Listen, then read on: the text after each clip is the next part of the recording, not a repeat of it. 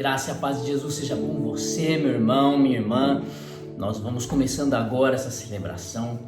Que o amor de Deus esteja conosco, nos tomando, nos colocando diante do Senhor, para recebermos dele tudo o que ele tem, toda a boa dádiva, toda a sua revelação para nós nessa noite. É um privilégio nós estarmos juntos. Esse é o último culto online, apenas online, às 19 horas no domingo. Na semana que vem, dia 2 de maio, domingo que vem, a gente já retorna. No final a gente vai falar um pouquinho, explicar um pouquinho melhor.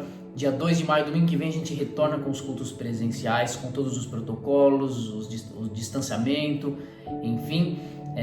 E continua a transmissão pelo YouTube às 19 horas. Então a gente volta presencial, mas a transmissão aqui pelo YouTube às 19 horas permanece. Vamos iniciar esse tempo de celebração, que o amor de Deus, a graça de Cristo Jesus seja conosco agora, que o nosso coração esteja firme em Deus para recebermos dele tudo que ele tiver para nos revelar nessa noite. Em nome de Jesus, prepara o seu coração, chama a família, reúne todo mundo aí na sala, no quarto onde você estiver, para nós celebrarmos ao Senhor agora. Amém? Quem é esse que vem nos abraçando? Quem é esse que vem nos constrangendo com o olhar? Ele é tão sábio, ensina em amor. Ele é tão manso, cuida dos corações. Quem é esse que vem nos abraçando?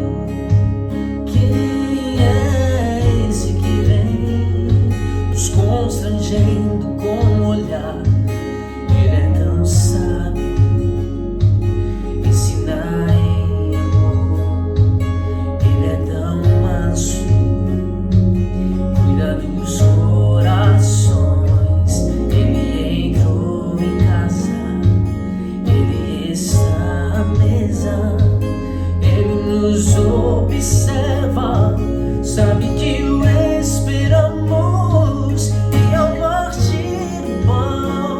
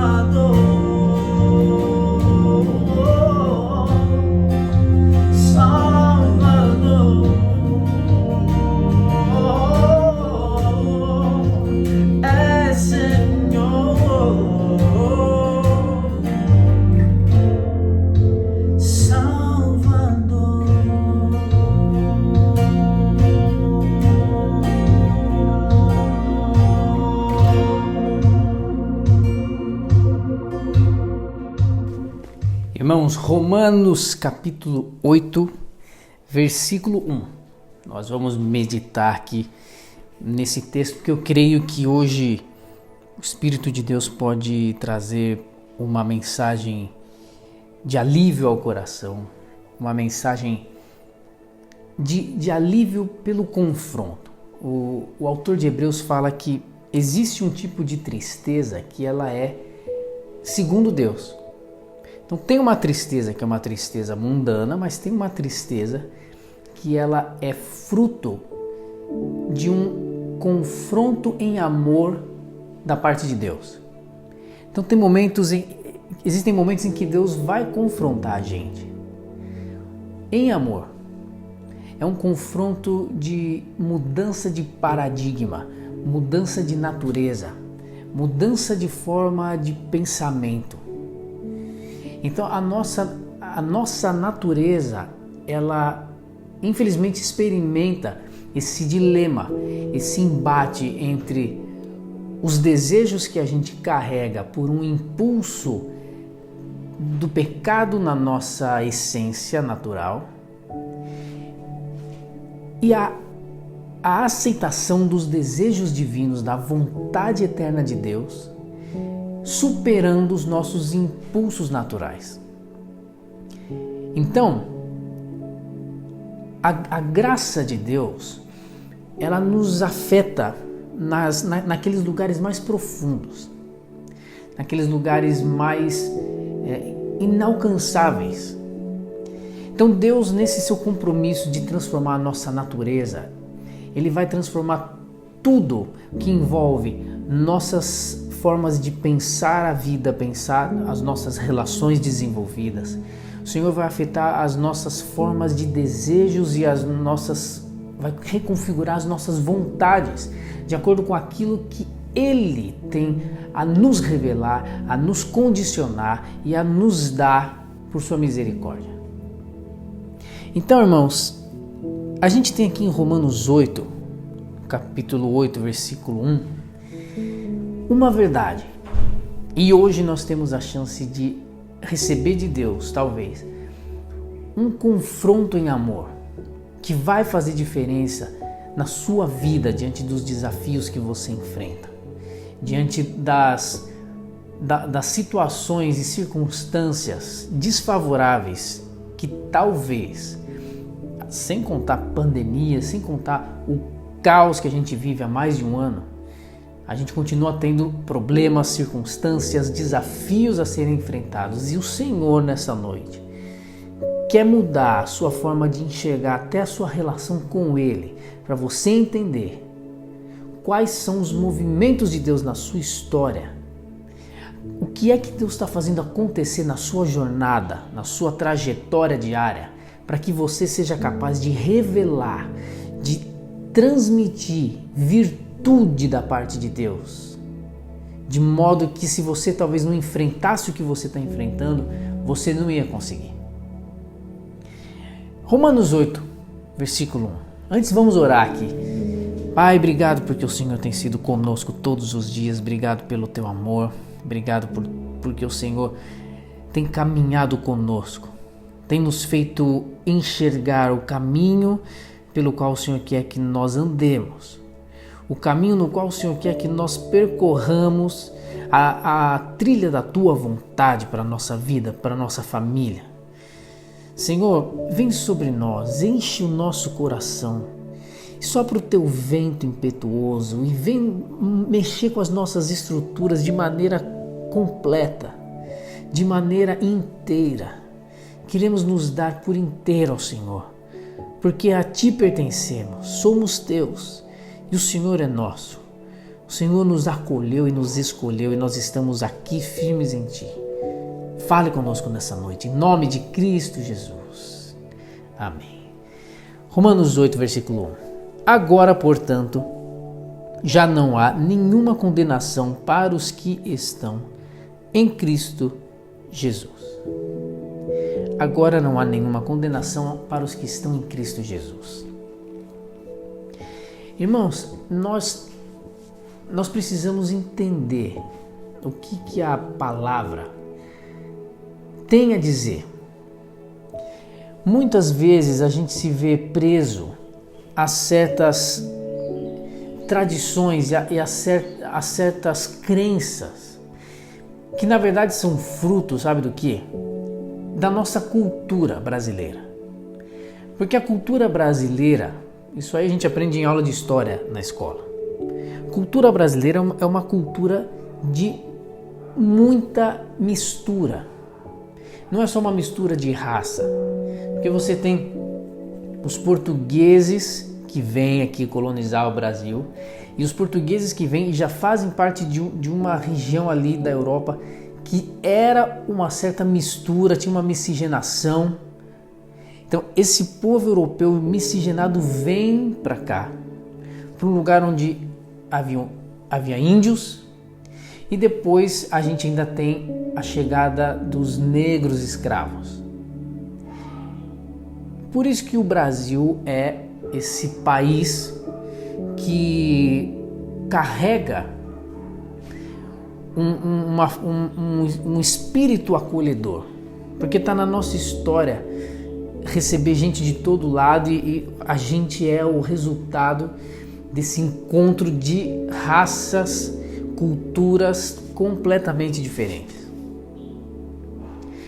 Mas aí o tempo vai passando e essa condição de convivência com as diferenças de maneira homogênea acabou trazendo para a nossa forma religiosa de ser uma mistura enorme de crenças e valores.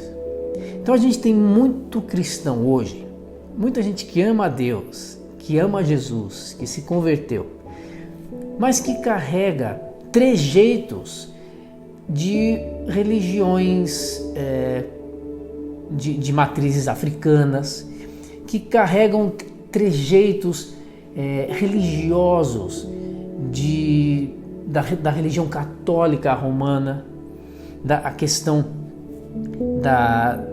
de uma mística muito exagerada, a questão de pagar promessas, de gerar um agrado ao divino de modo que ele me devolva o favor que eu espero.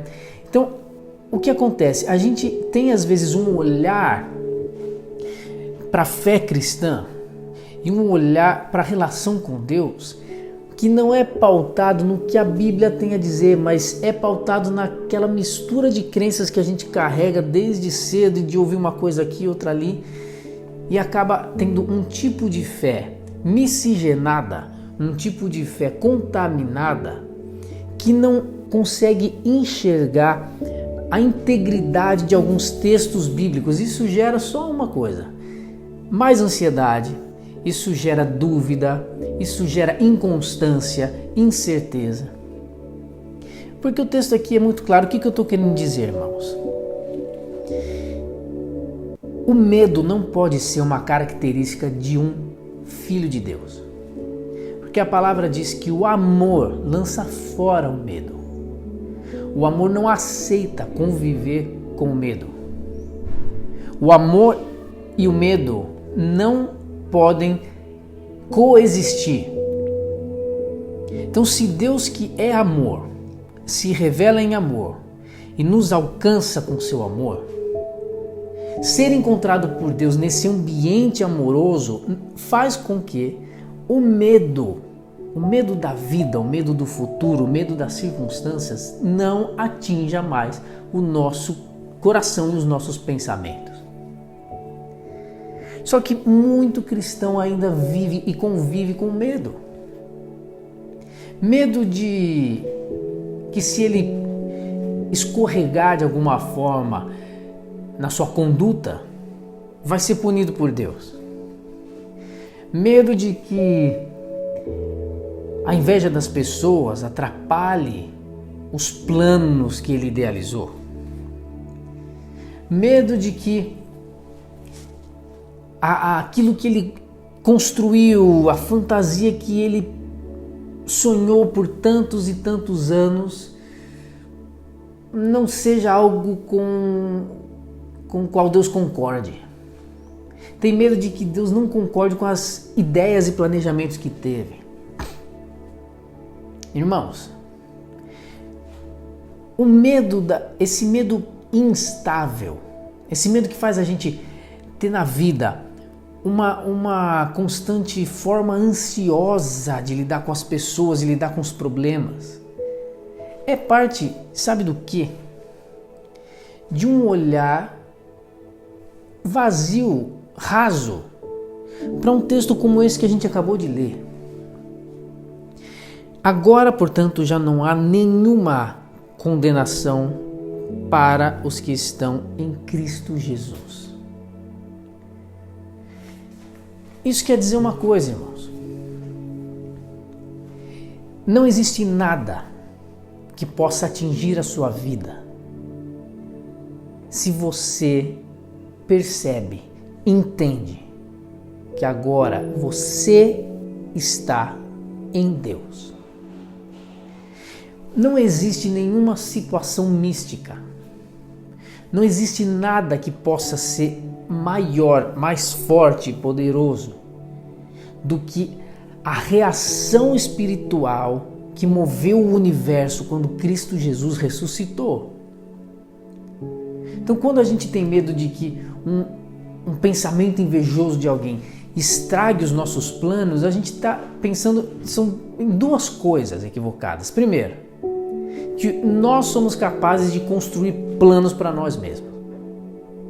Segundo, a gente acha que a inveja de alguém é superior ao amor e ao propósito que Deus colocou na sua vida ao te criar. Se você está em Deus, meu irmão, nada, absolutamente nada, pode barrar a vontade de Deus de se cumprir na sua vida. Eu lembro de já ter ouvido gente falar assim: eu tenho medo de orar em voz alta porque o diabo pode ouvir. E quando eu oro em voz alta, eu tomo cuidado com o que eu vou falar, porque o diabo ouve. Irmãos, e a verdade é uma só. O diabo ouve tudo que você diz. O diabo, ele presta atenção em tudo que você faz. Quando você ora, ele é capaz de ouvir todas as suas palavras.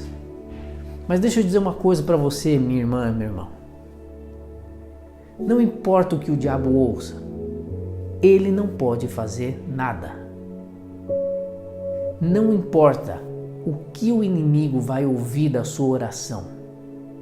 Ele ouvindo ou não, não existe nada que ele possa fazer que atrapalhe o propósito de Deus de se realizar por inteiro em você. Essa é uma verdade que precisa estar presente na nossa maneira de pensar, na nossa maneira de ser. Não importa.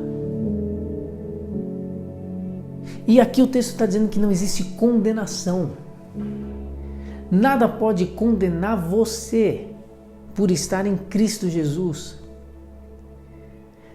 Nada, nem o inimigo, nem o seu passado, nem os pecados que você cometeu e comete, nada pode te condenar. O que é uma condenação? A condenação é o estabelecimento de um status futuro. Ou seja, quando você tem um bandido que é julgado por um crime e ele é condenado a 50 anos de prisão, 100 anos de prisão, prisão perpétua, a condenação é estabelecer para esse culpado um status futuro, ou seja, daqui em diante, o seu status de vida, o que você vai ser, está determinado. A condenação, ela determina o futuro. Isso quer dizer que quando a Bíblia fala que já não há condenação para quem está em Cristo Jesus, a Bíblia está falando de algo que precisa ser a firmeza de fé para mim e para você. A Bíblia está dizendo que não existe nada fora de Deus que vá dizer o que vai ser do seu futuro daqui em diante. Nada fora de Deus pode determinar como vai ser a sua vida amanhã. Não existe nada fora de Deus que possa mudar o destino da sua vida daqui em diante. Nada pode te condenar, ou seja, não existe nada que vá dizer sobre você como será o seu futuro. Não existe nada que possa ter poder sobre a sua vida nessa semana que está começando. Não existe nada que possa ter poder sobre o diagnóstico que você recebeu e o medo que você tem do que vai ser daqui para frente. O seu futuro não está nas mãos de ninguém fora de Deus. Nada pode te condenar, nada pode dizer agora como vai ser a sua vida, como vai ser o seu futuro, porque o que você é e o que você há de ser está descansando no amor de Deus. E o que importa aqui, irmãos, é a gente se dar conta de algo do texto que às vezes a gente lê de forma rápida e não presta atenção nas palavras que estão sendo usadas. Já não há condenação para aqueles que estão em Cristo. Não é para aqueles que estão com Cristo. Não é para aqueles que gostam de Cristo. Não é para aqueles que estão na igreja. Não é para aqueles que estão dentro de um contexto religioso. Não é para aqueles que estão dentro de um conjunto de doutrinas. É para aqueles que estão inseridos em Deus. É estar em. Como eu estou nesse escritório, eu estou em. Eu não estou com esse escritório. Eu estou inserido. Tudo que eu enxergo é tomado pela referência do lugar onde eu estou. A Bíblia está falando que a garantia do seu futuro ela não está num conjunto de valores religiosos, ela não está num conjunto de doutrinas que você julga ser certa, ela não está num misticismo barato que às vezes a gente quer se apegar achando que pode controlar e manipular Deus. A garantia do seu futuro, ela repousa na certeza que você tem de que a sua vida inteira pode agora estar mergulhada em Deus. É estar em Deus. É estar cheio de Deus. Às vezes a gente quer estar cheio de Deus, mas quer que o ambiente de fora seja administrado da maneira como a gente imagina que seja mais adequada. É igual você pegar um copo, encher ele assim numa bacia e deixar ele do lado de fora. Você deixa ele do lado de fora no ar. Tudo em volta não condiz com o conteúdo de dentro. E vai passar o tempo, aquela água dentro do copo que você deixou em cima da mesa, em cima da pia, que deixou num ambiente de ar, aquela água vai o quê? Evaporar.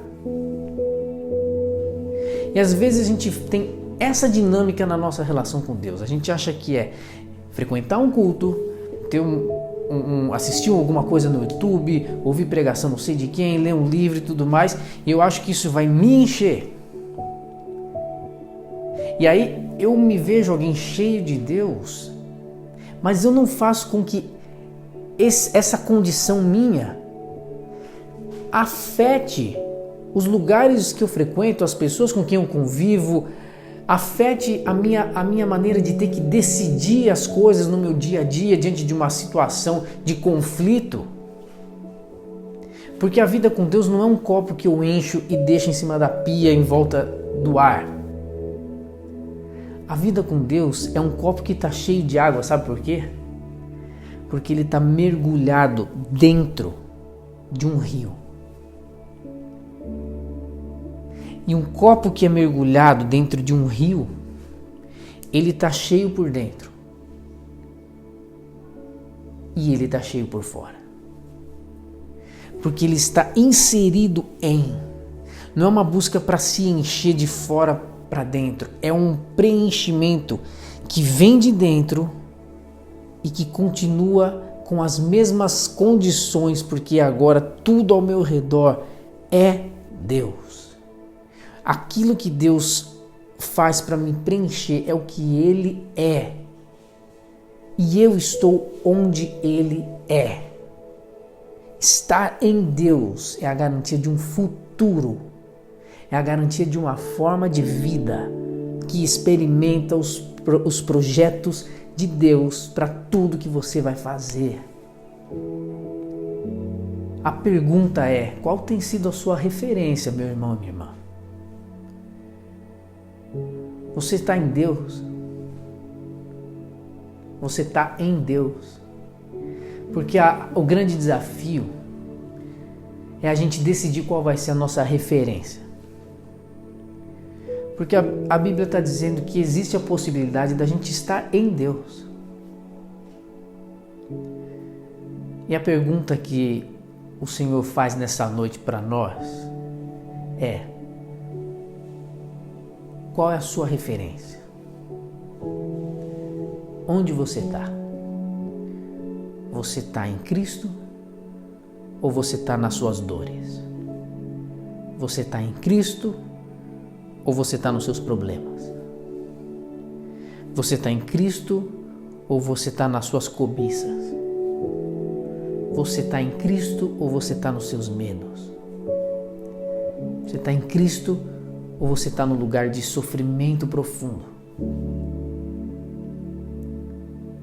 Onde você está? Qual a sua referência? Essa pergunta Deus faz há muito tempo, irmãos. Lá no jardim, no Éden, assim que Adão e Eva comem do fruto que não deviam ter comido, Deus faz uma pergunta. Uma pergunta para a qual ele já tinha a resposta. O que ele pergunta para Adão, irmãos? Onde você está. Adão, com medo, tinha se escondido. E o que Deus pergunta? Onde você está? Por quê? Porque Deus não conseguia saber onde um ser humano insignificante tinha se escondido? Não, irmãos. Aquela pergunta não era Deus querendo saber de algo. Aquela pergunta era Deus querendo fazer a gente saber qual é a nossa referência. Deus perguntando para Adão, onde você está? É Deus perguntando, o que foi que você fez? Por que você mudou de referência? Porque antes de comerem do fruto, antes do pecado entrar na nossa história, o homem e a mulher sabiam o que era o bem e o mal. Eles não eram dois adultos infantilizados. Eles não eram dois adultos com um regresso mental, que não conseguiam saber o que é o bom e o que é o mal. Claro que eles sabiam. Eles sabiam de qual árvore podiam comer e qual não podia. Ou seja, eles sabiam o que era mal e o que era bem. A diferença é que antes deles comerem e aceitarem a proposta do inimigo, se alguém perguntasse, Adão, Eva, o que é bem e mal? Eles iam responder, bem e mal é aquilo que Deus diz que é bem e que é mal. Mas é quando eles comem do fruto e os olhos se abrem, o abrir dos olhos é um espírito e uma alma que perderam a capacidade de confiar naquilo que Deus tem a dizer. E agora, conhecedores do bem e do mal, não quer dizer que eles sabem o que é o bem e o que é o mal. Quer dizer que agora cada um vai dizer de si o que é bem e o que é mal. A referência que antes era Deus passa a ser eu mesmo. E Deus, pela sua misericórdia, continua perguntando, depois de toda essa tragédia, depois da gente tirar a referência dele e colocar na gente mesmo e criar tantos conflitos, porque qual é a causa da gente ter tantos conflitos na nossa casa, no nosso trabalho? E cada um é a sua própria referência de bem e de mal. E quando os conflitos vêm é porque no fundo, inconscientemente, cada um está querendo dizer qual conceito de bem e mal vai prevalecer. O meu ou o seu? Porque a gente tirou de Deus a referência. Mas Deus continua nos abordando em amor para perguntar onde você está? Qual é a sua referência hoje? Por que você acha que você dá conta? Onde você está? Em Deus? Ou na sua tentativa de dar conta da sua vida? A pergunta de Deus é essa: onde você está? Onde está a sua referência? Se a sua referência está em você mesmo, você está lidando com a frustração e angústia em níveis altíssimos. Porque o que Jesus falou um dia foi: sem mim, nada vocês podem fazer. Não existe vida, não existe planejamento, não existe projeto profissional, não existe projeto de vida fora de Deus. E o que Jesus continua nos dizendo é que Ele é o lugar onde o nosso futuro descansa. Então, meu amado, aquilo que você não pode fazer por você mesmo, em Cristo você pode. Lembre-se disso. O que por mim mesmo eu não sou capaz de fazer, em Cristo eu sou. Em Cristo, os meus passos do amanhã estão garantidos. É em Cristo. É nele. Por mim mesmo, eu não posso andar sobre as águas. Pedro, quando tentou olhar e perceber o vento, ele trouxe a referência para si mesmo. O vento bateu, eu estou em cima do mar. Trouxe a referência para si e lembrou, eu sou mais denso que a água, eu tenho que afundar. E afundou. Enquanto a referência estava em Cristo, o que ele não podia por si mesmo, em Cristo ele podia e continuou andando sobre as águas. Quando ele tirou a referência de Cristo e desviou o olhar para as circunstâncias e trouxe para si a tentativa de garantir que tudo ia ficar bem, ele afunda miseravelmente, irmãos. Onde você está é a pergunta que Deus faz nessa noite. Onde você está? Qual é a sua referência? Vá em direção a Jesus. Vá em direção àquele que quer te acolher e te deixar permanecer nele, no seu ser, nos seus sentimentos, é ser tomado pelos sentimentos divinos. Vá na direção de ser cada dia mais parecido com Jesus.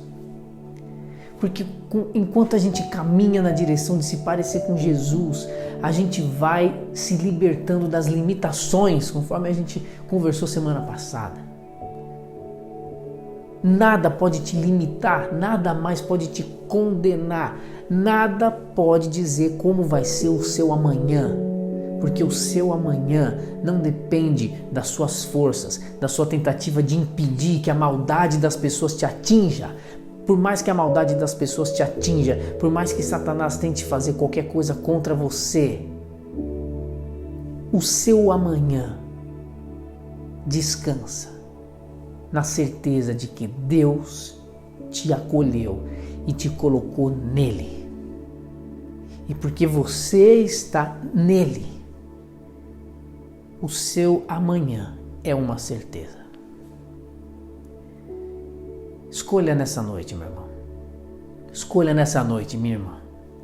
Se você vai continuar nas suas angústias ou se você vai estar em Cristo. Se você vai continuar nos seus medos ou se você vai estar em Cristo. Em nome de Jesus. Oh Deus, obrigado, porque o Senhor continua nos chamando para esse lugar. O lugar onde o medo perde a vez, como nós cantamos sempre. O lugar onde as nossas formas de pensamento são reconfiguradas.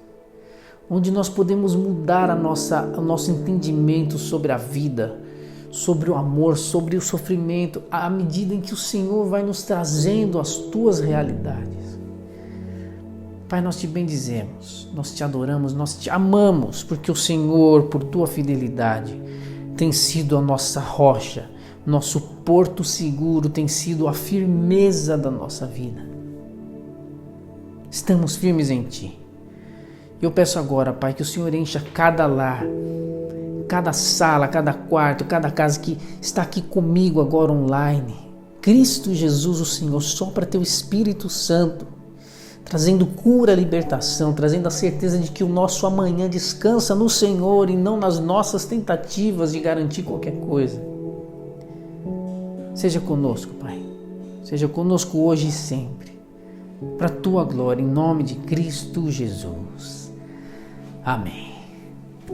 Irmãos, então, como no início eu falei, semana que vem nós já retornamos, no domingo que vem, dia 2 de maio, retornamos com o culto presencial, seguindo todos os protocolos de segurança, de distanciamento, de espaço também, da quantidade de pessoas dentro do nosso espaço, que é um espaço considerável, é um espaço grande o suficiente para ter um distanciamento adequado. Estamos fazendo isso dentro também da consciência de como a nossa região tem melhorado em relação a alguns dados, mas sabemos também que você pode continuar assistindo os cultos da sua casa pelo YouTube. Nós vamos continuar pelo YouTube às 19 horas. Se você não está à vontade para sair da sua casa, não se preocupe, porque o que Deus pode fazer lá no endereço da nossa igreja, Ele pode fazer do sofá da sua casa. Então fica tranquilo, meu irmão, não tem por que você sair da sua casa se você não estiver à vontade. Amém? Amanhã, então domingo que vem, às 19h, o culto da quarta-feira voltou às 20 horas também, porque está sendo já presencial e online. O culto da quarta-feira às 20 e o domingo de manhã às 10 pelo Facebook. Domingo às 19 pelo YouTube. E amanhã, segunda-feira, às 8h30, nós temos o nosso semanal encontro de oração. Tem sido uma bênção. Nós temos muitos testemunhos. Nós temos intercedido juntos, orando juntos por causas que nós trazemos, o coração que se abre. Temos testemunhos de gente que tem visto a graça de Deus, milagres de Deus se manifestarem. Então é um tempo assim onde a nossa... Eu acho que é o culto mais importante da nossa semana, é o da segunda-feira. Que é quando a gente se encontra mesmo, onde a gente tem consciência um do outro. Tem sido o tempo mais especial, é pelo Zoom. Você pode acessar o link pelo Facebook ou lá no Instagram também, lá na bio, a gente deixa lá o link do Zoom, e aqui também no primeiro comentário desse vídeo do culto vai ficar o link do Zoom também, tá bom? Deus abençoe, uma ótima semana, continue se cuidando dos seus, tomando todos os cuidados, sabendo que a gente ainda está enfrentando uma situação de calamidade muito séria, mas nós cremos que o nosso amanhã descansa no fato de que estamos em Deus. Estamos em Deus, então o amanhã será aquilo que Ele planejou para nossas vidas. Deus nos abençoe, uma ótima semana para você, para sua família. Fiquem com Deus e até domingo que vem.